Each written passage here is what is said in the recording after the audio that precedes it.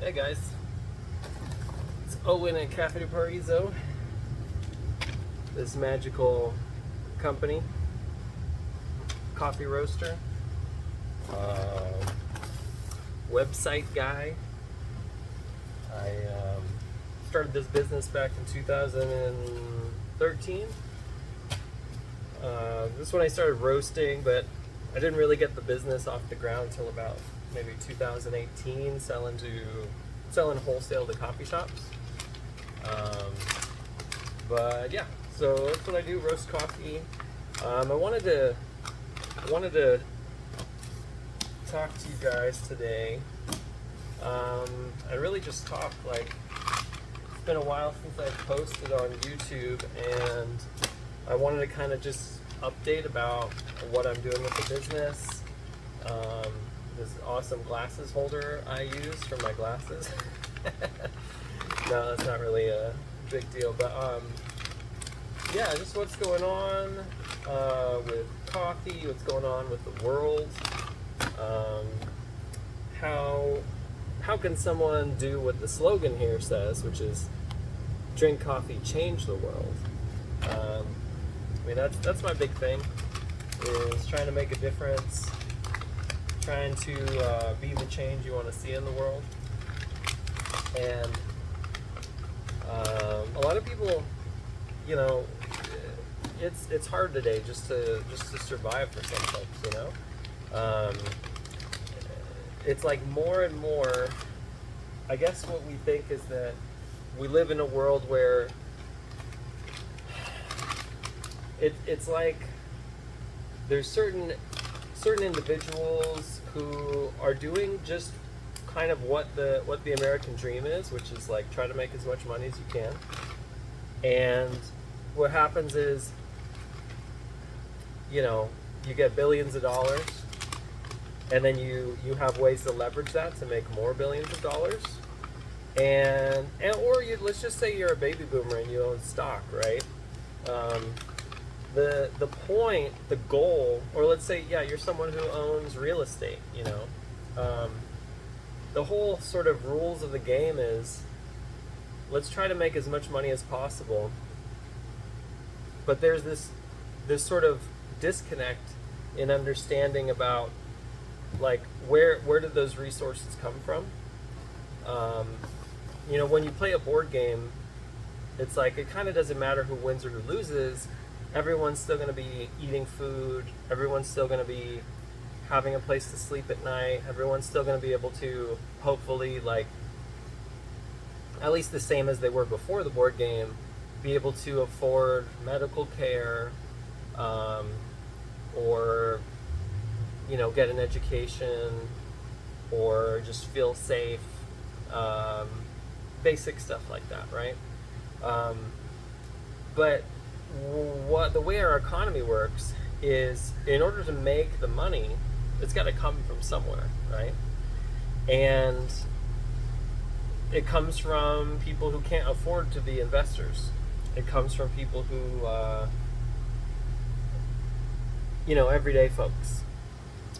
Give me one sec. I'm going to go grab some bags.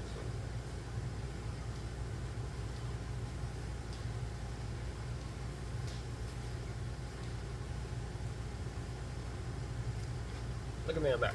All right. So I'm opening up my ground bags right here, just to make it easier for myself. So once I put the gloves on, it's a lot harder to open these bags. So I'm just laying these out. Ooh, the fan turned off. It's gonna be easier to hear me. So yeah, so we're playing this board game. The board game is make as much money as you can. And sure, everyone's gonna go about doing it. But just like in the game of Monopoly, there's going to be some people who just happen to get the lucky breaks, happen to go to the good schools, get the good opportunities, having people who have two parents, people who get financial support when they're having a hard time, so they can keep doing the thing. You know, I'm pretty fortunate. I had two parents that, you know, were able to support me financially to help me do things like, you know, I don't think I would have been able to open this business, or have the house I have, or, you know, all those things if I hadn't have come from a family that was able to afford those things. And I could say, yeah, like my grandfather started a business that was successful, was selling things door to door, et cetera, right? But they're just on a macro scale. There's a lot of other people who, not from any fault of their own, have had, their legs cut off, basically, in the form of legalized discrimination of assets that you can purchase or not, which then dictates what neighborhoods you can live in, which dictates what kind of jobs you can get. It's all these things. I mean, in the past, it used to really be like, what do you look like? What's your background? Now you legally can't do that, but this stuff still happens today a lot, and it's more institutionalized. It's more economically systematized. And today it's a lot in the form of, like, for example, we fund our schools based on real estate value. Well, real estate value was dictated by policies in the 50s and 60s that said certain people were literally not allowed to buy houses in certain places because of how they looked or their background. And now the result of that is, okay, you're living in a good neighborhood that got good property value. Now you can afford to do X, Y, or Z. You have assets. You can sell that home, make a lot of money. Anyhow, so long story short, let me get back to the economic macro scale, is that we're living in a system where people are trying to essentially, the focus is to make corporations make as much money as possible at all the expense of anything else. It's just the bottom line, and that's it.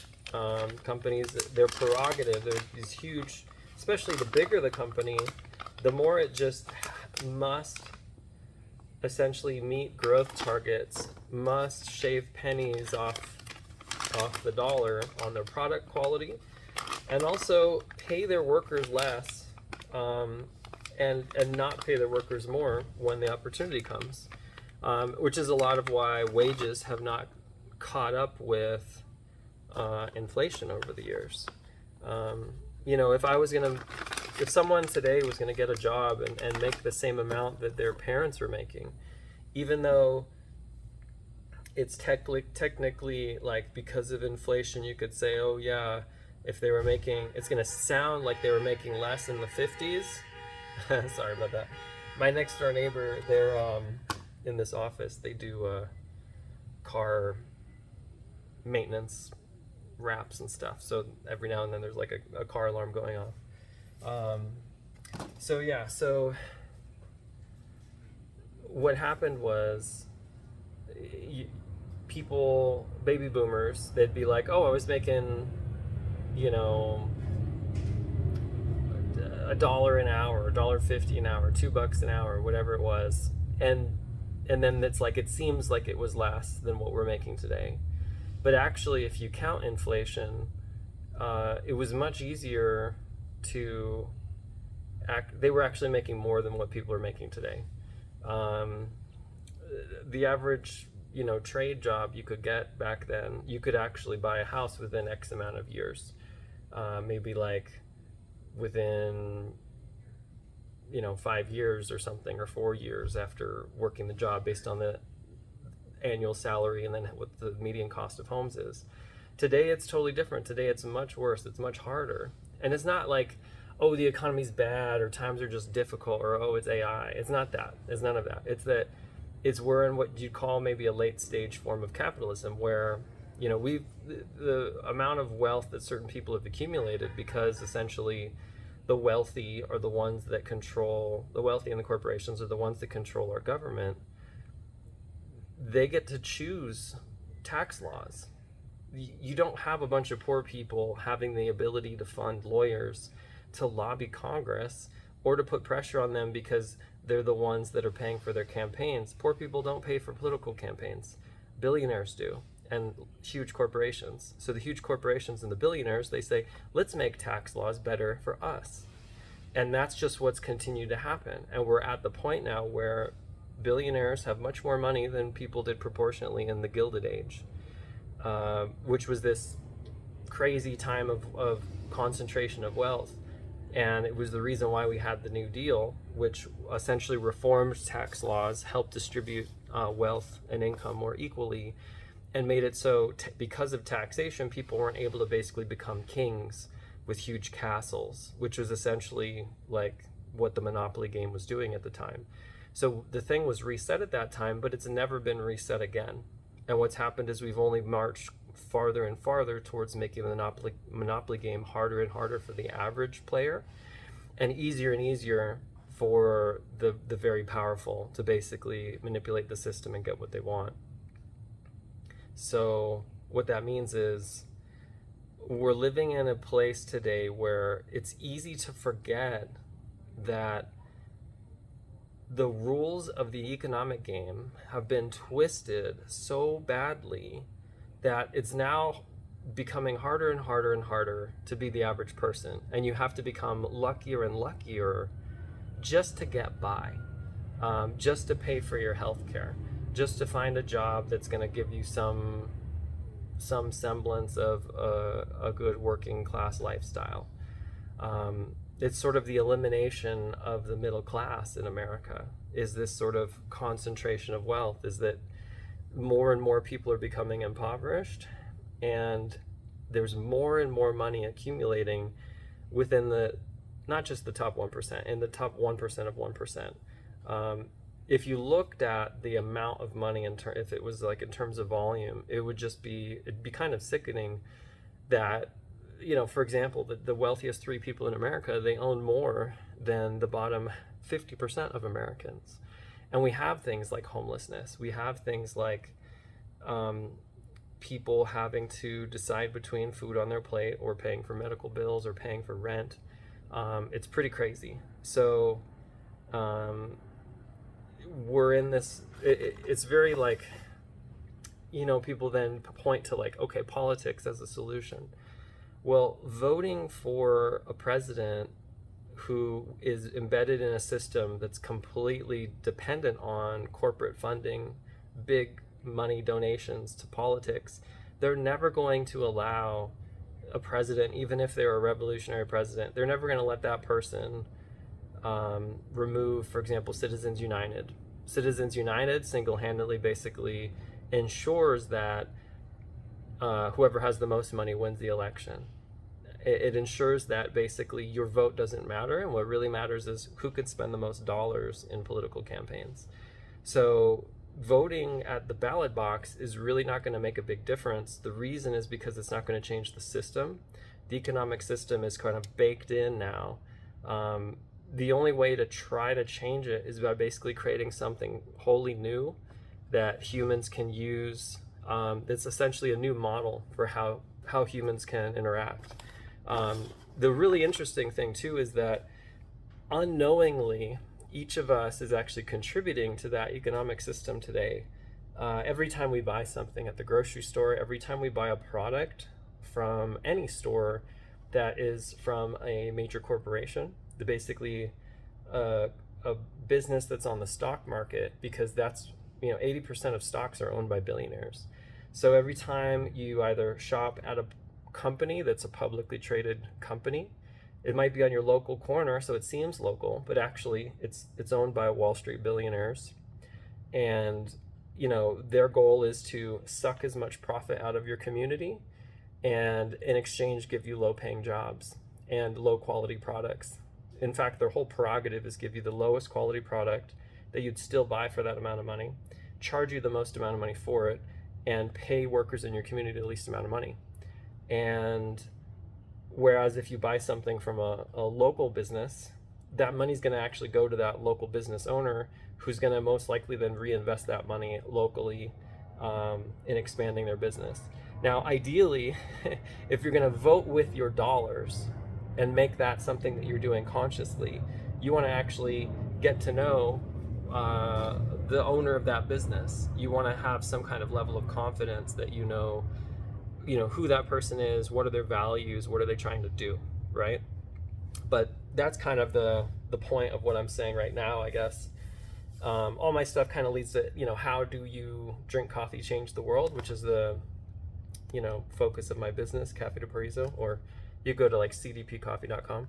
But the point is to say, if you are conscious about where you spend your money and you divest or don't invest your money in publicly traded companies, and instead, when you're purchasing goods, you purchase them from small businesses, independent businesses, locally owned businesses, and ideally ones where you can know the business owner and you can know the values behind what they're doing.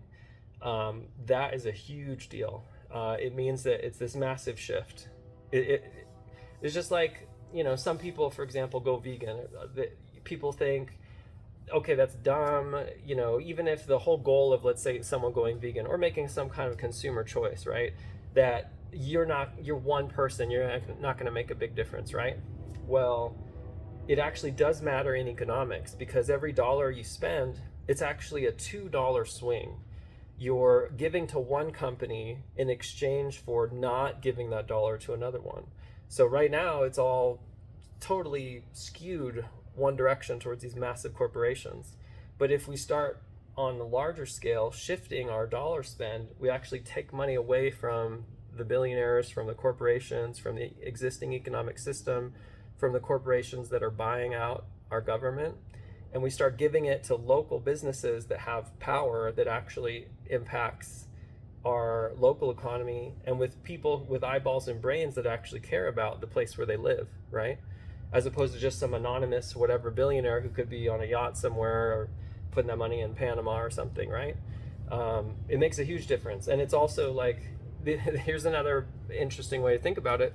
You might care about something, right? You might care about a certain cause, a certain right that you have, or something that's going on in the news that something in politics is relating to, right?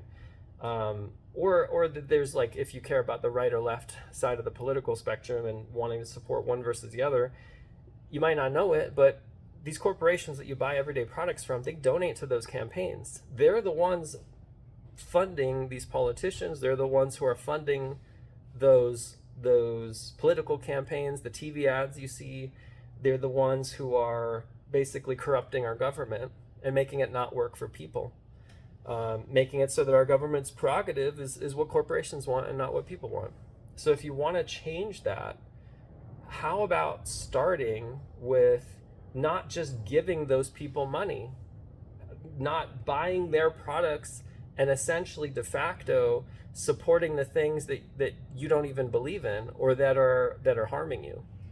So where you vote with your dollars makes a massive impact. And I mean, obviously with coffee, yeah, you could start with not buying coffee from giant publicly traded companies and start buying it from local businesses in your community. Or yeah, sure, you could buy from my company too, Cafe de Paraiso. I'm trying to be the change I want to see in the world, and trying to get the word out. For me, I'm also not just satisfied in like changing my own personal habits. I want to help inspire other people to realize what they can do, so that my personal impact can be bigger than just my own choices, but I can spread the word. So that's the other side of this too, is like, you might start voting with your dollars for the things that you purchase, but if you can inspire 10 other people, now you've 10x your impact in the world. So probably every conversation I have is going to lead to this concept of making an impact on the world, voting with your dollars, and also seeing kind of like this sort of energetic spiritual impact. So, what is spirituality? It's just energy, right? And wherever you invest your dollars, you're making an energetic exchange with that business. You're saying, I like you, I support you, I want to do something with you that's going to benefit both of us, right? Well, start making that energy exchange happen with things that do good stuff in the world, right? Not just some random, anonymous, totally bottom of the barrel, lowest quality, lowest wages, corrupt our government types of businesses. And instead, why don't you go to church every day by spending your money in good places and knowing that that all the aspects of you are in alignment with the energy that you want to bring to the world. So that's my message today. I'd love to talk longer, but I've got to do some work stuff. I've got a grind coffee actually. A whole bunch of these bags here. Like I've got probably 20 of these ground bags. I'm gonna sell at the farmer's market tomorrow. But yeah, I love you guys. Stay strong, be cool, vote with your dollars, stop supporting big corporations, and know that the money that you spend and where you spend it is more powerful than what you do at the ballot box. Thanks, guys.